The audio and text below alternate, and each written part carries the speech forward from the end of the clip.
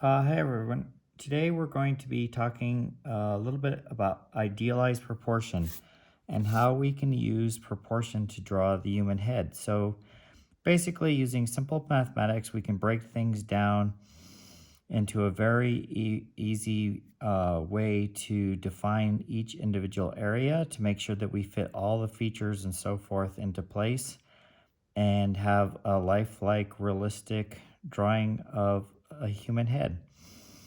Uh, the If you can commit all these various mathematical schemes to memory, then it doesn't matter whether you're drawing from a live model or from your imagination. You should be able to draw a fairly realistic head.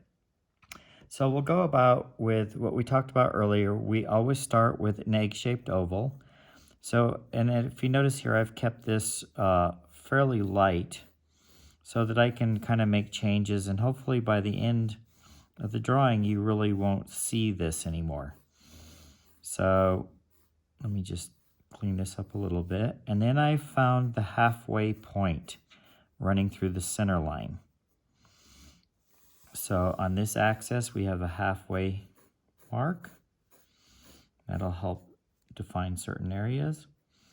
And then the next thing I want to do is then I'm going to run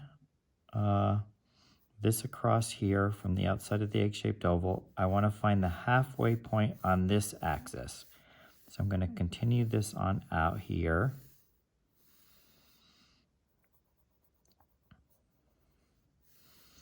And we'll try to kind of figure out most of these landmarks before we begin the actual drawing.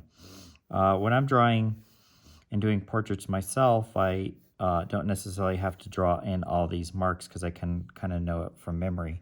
But it's very helpful when something doesn't look quite right to check on these. So then we're going to now break the egg-shaped oval into thirds, but we're going to not start just entirely from the top, but slightly beneath it, about where the hairline would begin.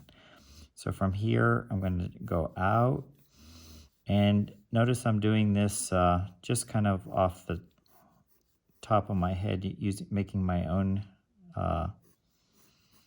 judgments. You don't need to have a ruler. I mean, some of the beauty in art is the human error, those little imperfections. So then we'll have this, this bottom third, I want to continue all the way through because it's going to be important for us to use later on for one of the features. So as best as possible here, I've broken this down into thirds.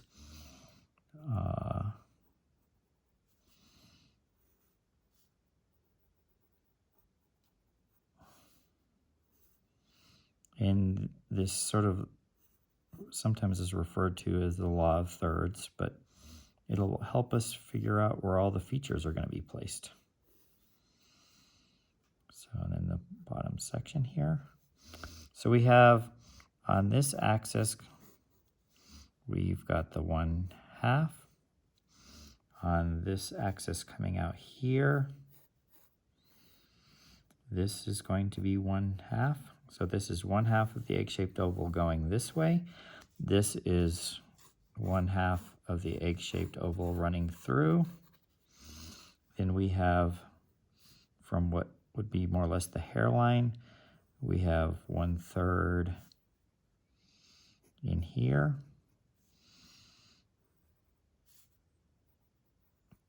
Then we have another third in here. And coming out here, we've got another third.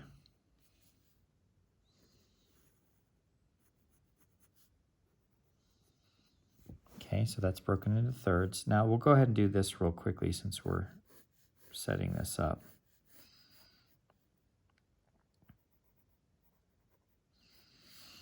I'm going to continue this line all the way through.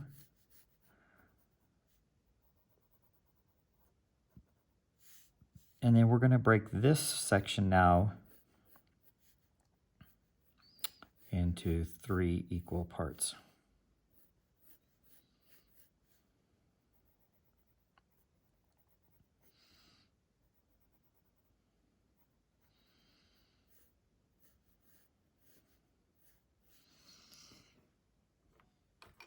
Okay.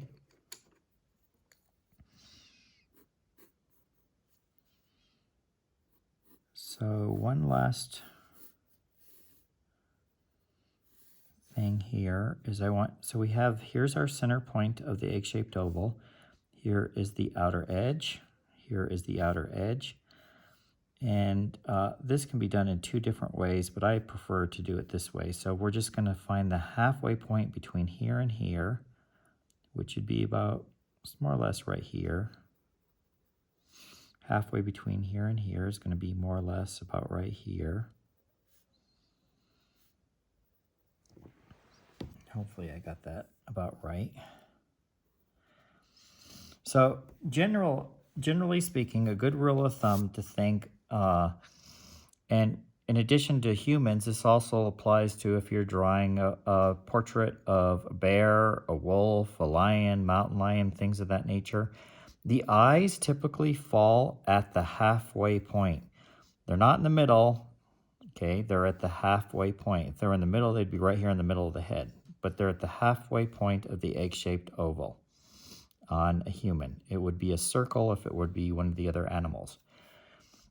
So when you look at people's eyes from across a room, or actually if you look at somebody's face from across a room, usually the darkest thing that you'll see on the face will be the iris and the pupil.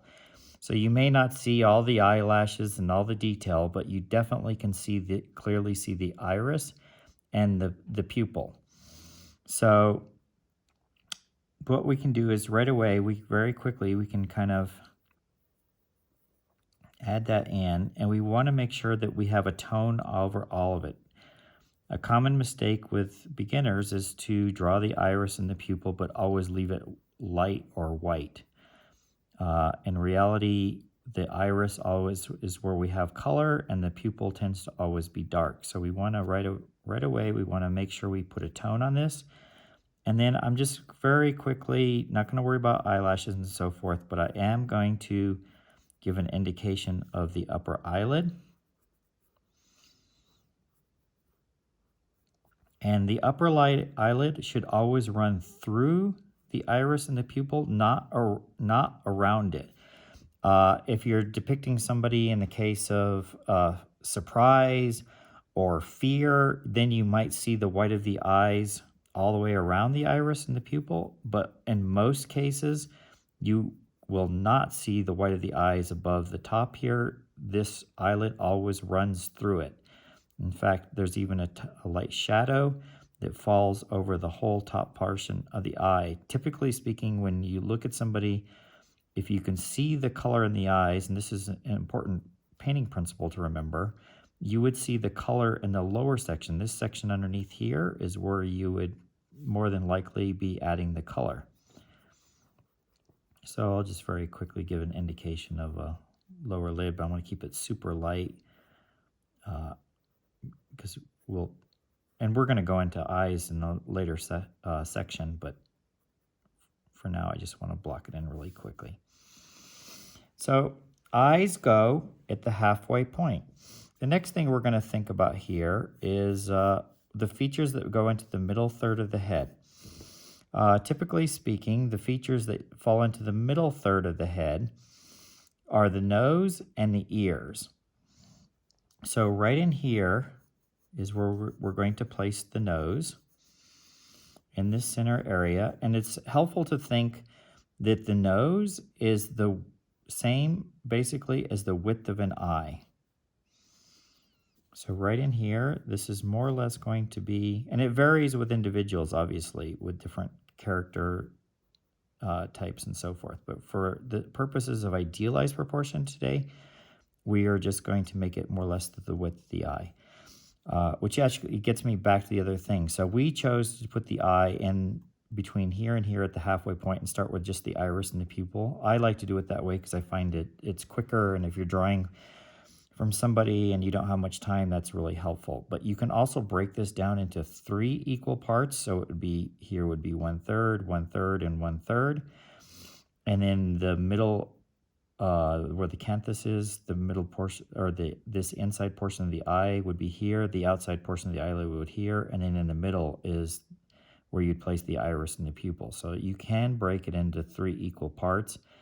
For some people, that's very helpful because some people have a tendency to make the eyes way too big in proportion to the head. So that is an important thing. So if we go here, 1/3, 1/3, and 1/3, and break it into 3 equal parts, then you know how wide to make your eyes. And then the width of the nose is basically the width of an eye. All right, so then we have this top portion of this middle third, and that's basically, if you remember when we were drawing the skull, this is the orbit of the eye. And again here, this would be the orbit of the eye on this side. So I'm just real lightly going to give an indication here so that we know where that is. And then the nasal bone would be coming through here. I'm not going to draw that in right now. And then we have the upper eyelid, and then we have the eyebrow.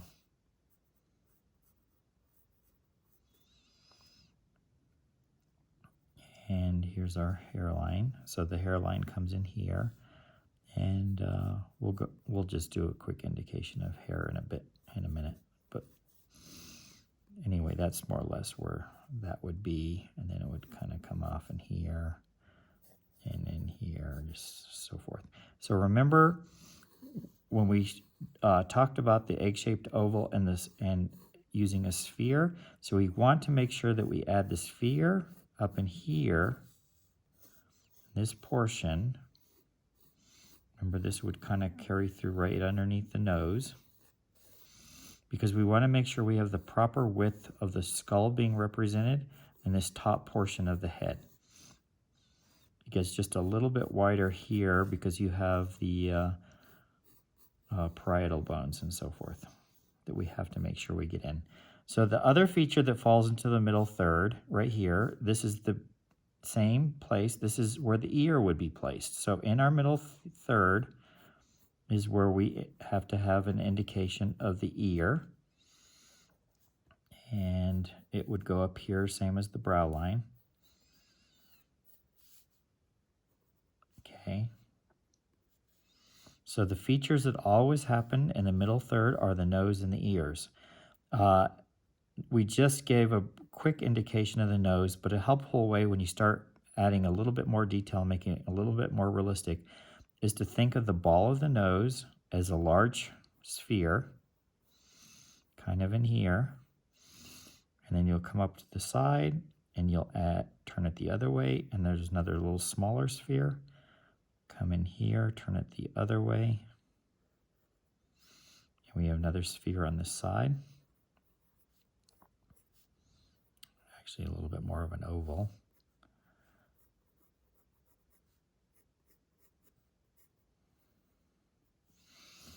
So now we have the eyes. Again, the eyes are at the halfway point. The top part of the nose up here begins along near where the eyebrows begin. And that's in the middle third. The base of the nose is at the bottom of the middle third. And we have the large sphere. It changes a little bit based on age and gender and ethnic groups and so forth, but more or less that's what we're going to do here. And now we're going to figure out how to place the mouth. So we've done this other section over here, and we broke this into thirds. So we have 1/3 here, 1/3 here, and 1/3 here.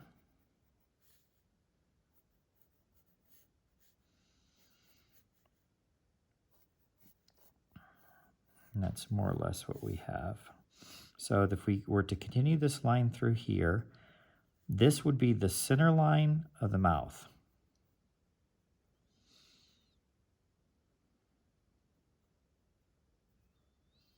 And basically the good way to think of the mouth is it's basically 2 widths of an eye, or 2 eye widths. And then we're going to add a lower lip in here.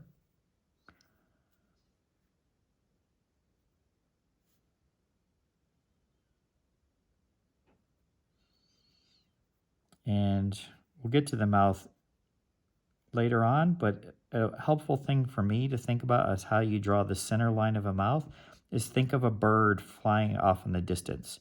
So this would be the body, and this would be the wing, this would be the body again, and then the other side, that would be the wing.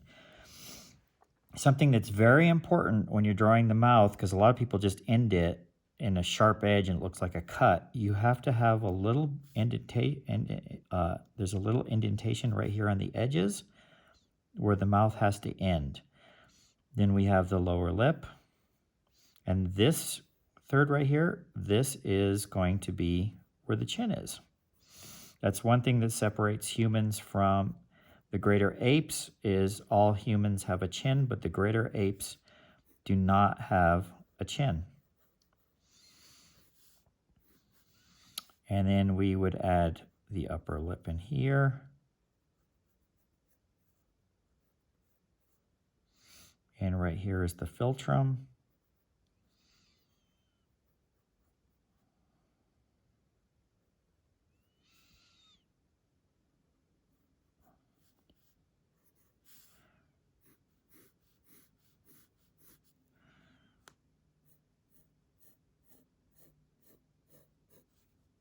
And I'm just gonna thin that a little bit in here. A little bit more refined features. And then we want to give an indication of the neck. So this is just coming down the side here. We're going to come in here just a little bit and come in here again on the other side. We'll have a little bit of an indication of a neck on this side.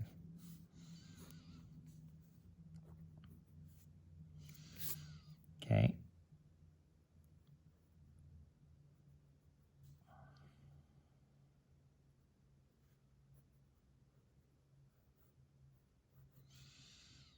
Let's try to clean this a little bit up, clean it up a little bit so it's a little more precise.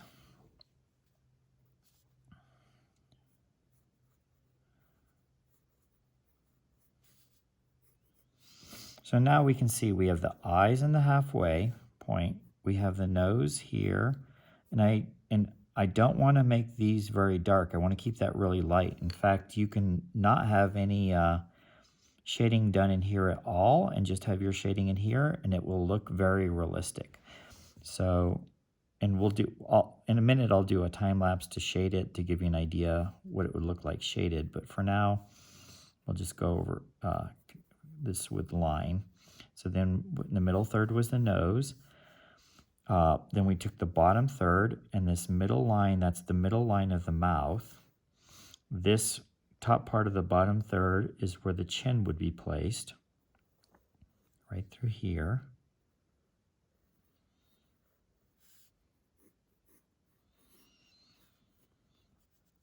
Okay, and then this more or less would be where the hairline, this top part of the egg-shaped oval, is the hair sits on top of it. And then we had to remember to make sure that we added in the sphere so that we have the proper width of the top portion of the head. When you add the hair, remember the hair has to sit on top of the skull. Okay, so if you just kind of put it in here and get all your hair in here, and don't get the hair outside the skull, then it doesn't look proper. So now let's see, we'll just we'll do a real quick indication of the hair. So we'll do a few little things in here. We might have a few in there. And the shape. And when you draw the hair, it's helpful to think of the basic overall shape. You can start adding the detail with shading, but you want to get the general shape of the hair, and it would be more of an organic shape. So we're going to have maybe it coming out in here and through in here. Some of this hair will have it coming down over covering over the ear. And there might be a little bit that comes out behind the ear. And same on this side, the hair come through here. Where we have the temporal ridge in here, we're going to have hair all through that area. And then we'll have this basic shape through here, coming down in here. And there.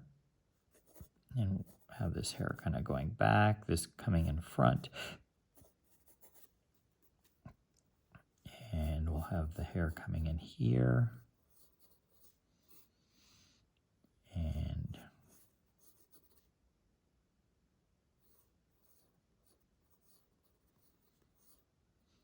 we'll just pick out a few different areas of the hair. And when I do the time lapse, I can do just a little hint of shading of this so you can see what it might be like.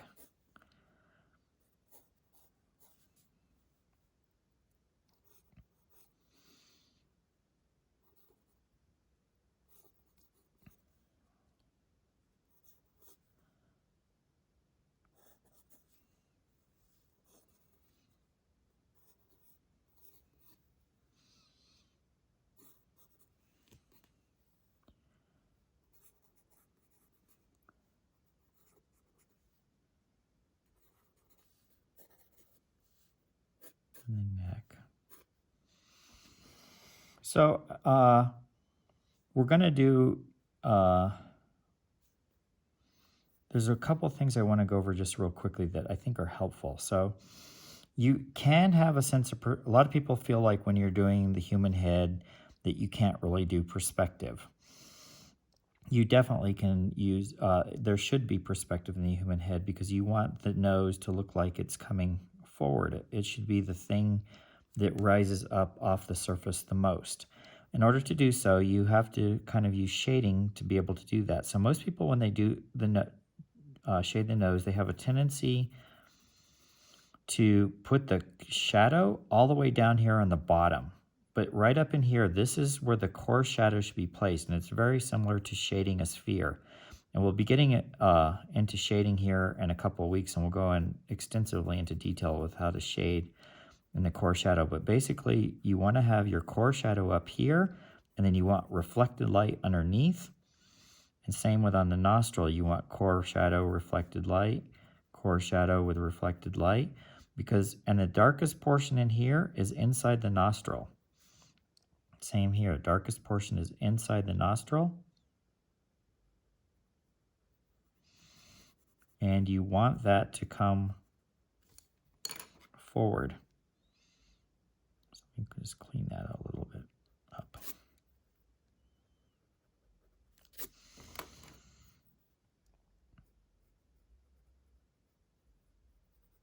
And we have a light tone on the side, And then this philtrum underneath is going to have a little bit of tone. So now the cast shadow that's underneath the bottom should get softer as it moves away from the form. And you want it to start to blend into the form of other anatomical areas. So I'm going to have this cast shadow in there of the nose start to blend into the area known as the philtrum. Okay, and then another thing that's important is when you're, in Western civilization, we tend to read from left to right. So if we're out in nature, light always comes from above. It comes from the sun. So we want our light source coming from above and typically from this side through here. So this side. So it's helpful to think of left to right. So I want my cast shadow coming down here slightly. Everything that's on up above needs to have light on it. Everything that goes under should fall into shadow. So I'm going to do that in here. This is the core shadow. That's a reflected light. Now the upper lip goes, so the planes are, this goes out, the upper lip goes back. So the upper lip always needs to have a tone on it. People always tend to leave the upper lip light, which is incorrect, unless you're doing something unusual where you have people sitting around a campfire or holding a flashlight or some, alternative method of lighting where they've held something beneath it. It would be artificial lighting. Then we have our chin. So then our lower lip usually has light on it, but underneath our lower lip, we have a soft tone, and that's where the chin is. And then we get to the chin right here. And this is a really common mistake that's made. The core shadow, even if you feel like you can't see it, the core shadow has to be up here and the chin with reflected light underneath.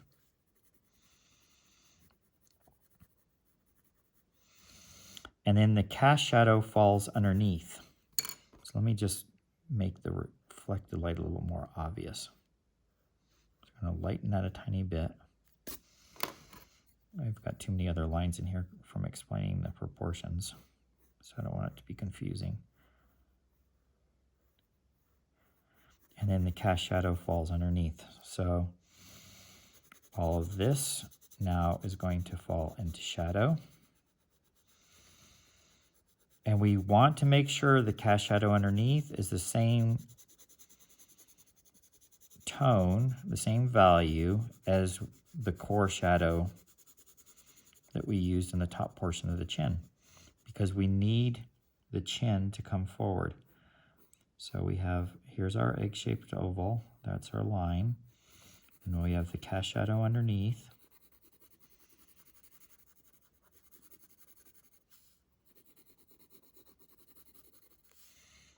Here's the core shadow of our chin. And all of this is going to have a light tone. Light's coming from above on this side, so everything on this other side here is going to have a tone, just like their nose. Everything in here on this side is going to have a tone. The light falls on the top. The sides, the side plane, all falls into shadow. Same with here in the eyes. This side portion of the head, all of this is going to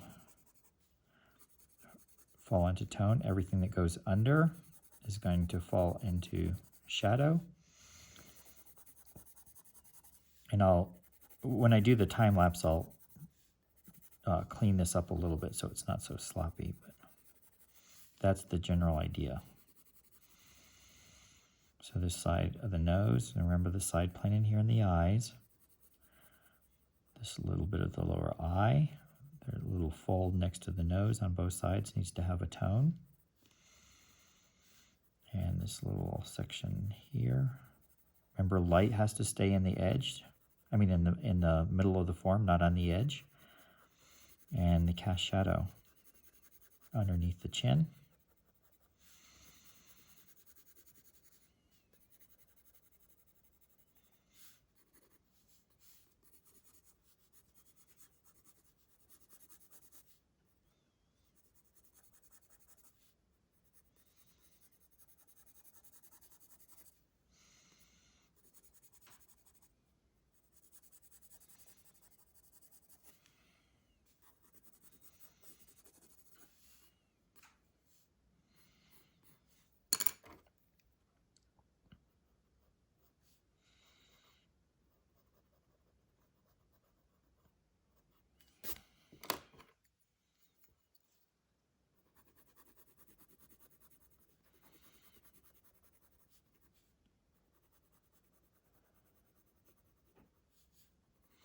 So that's just a real quick introduction to shading, but most of this is, the activity today is really about proportion. Let me get that a little higher up here so that the hair fits on the skull. And some of this will come in a little bit. And we'll fix that when we do the time lapse. I'll clean it up. So we started with an egg-shaped oval. We found the halfway point. So we've got, let me make that so you can see it a little better here. So we have this halfway point on this axis. Then we found the halfway point here, so we know where to place the eyes. And then we went to the other side here and we broke the head into 3 equal parts so that we knew where to place the features. So we had the top third, the middle third, and the bottom third. Then we took the bottom third and we ran it all the way through here, and then we broke that into 3 equal parts. This top third, the bottom of this top third, was the center line for the mouth.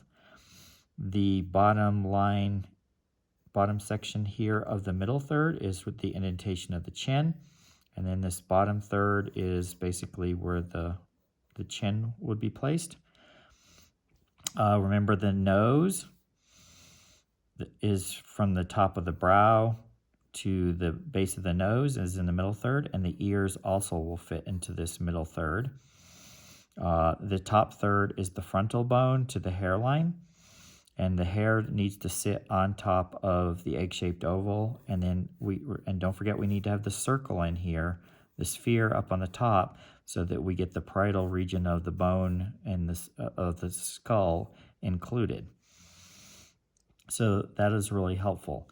So what I'll do now is I'll do a time lapse, and I'll put a lot more detail, or not a lot, I'll just go a little bit, but I do want to clean up a few things. So remember, the pupil is darker than the iris, and so I'll go ahead and do a little bit of shading and try to make this just a little bit more realistic. This session was set up mostly to explain proportions, so some of the things, if I was doing this a finished drawing, I may not necessarily have done a few things in here that will make it difficult to shade, but at least it'll give you an indication of the process. And then hopefully you enjoy this, and you'll find that if you get really good at using and developing this basic understanding of idealized proportion, you will be able to draw the head from basically any position on your own. You can use your own imagination. It's really helpful when you draw from models, because say the model you're drawing has a longer nose, you'll know by knowing all these steps of proportion, you'll know that, oh, their nose is slightly longer than idealized proportion, or maybe their mouth, they're older and it's much thinner, and so that falls into a slightly different position. But when you know all these rules of proportion, and then the people that you're drawing fit slightly outside of each of those areas, then it'll make it much easier for you to draw something that's very realistic and really truly capture the character of the individual in which you're drawing. So that's one of the benefits of having a great understanding of idealized proportion. So try to commit this to memory, and then there'll be no end to the possibilities of your drawing the human portrait.